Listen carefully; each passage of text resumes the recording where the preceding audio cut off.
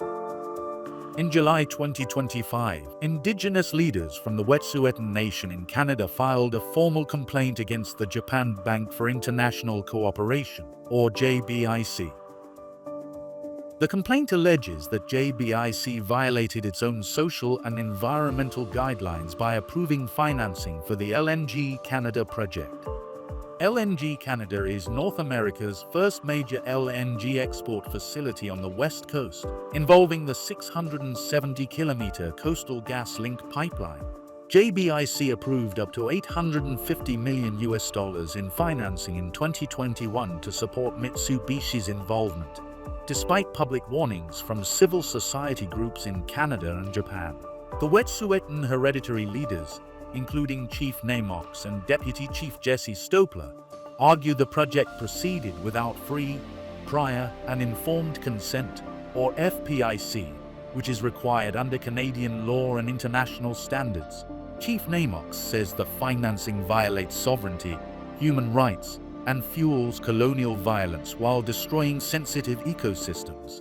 The hereditary leaders are demanding an immediate halt to further financing, meaningful consultation with Indigenous leadership, and pathways for ecological restoration and self-determination. The complaint highlights systemic human rights abuses, including militarized RCMP raids, arbitrary arrests, and harassment of land defenders.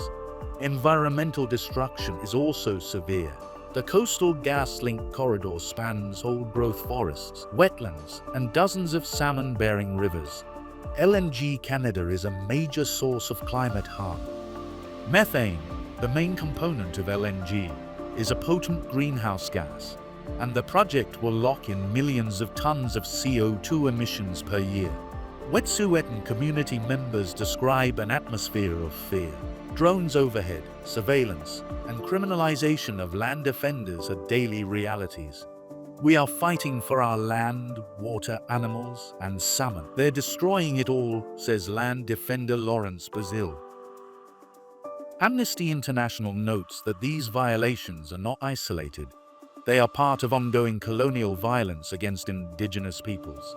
JBIC has a global track record of funding fossil gas expansion, contributing to environmental destruction and displacement across multiple countries.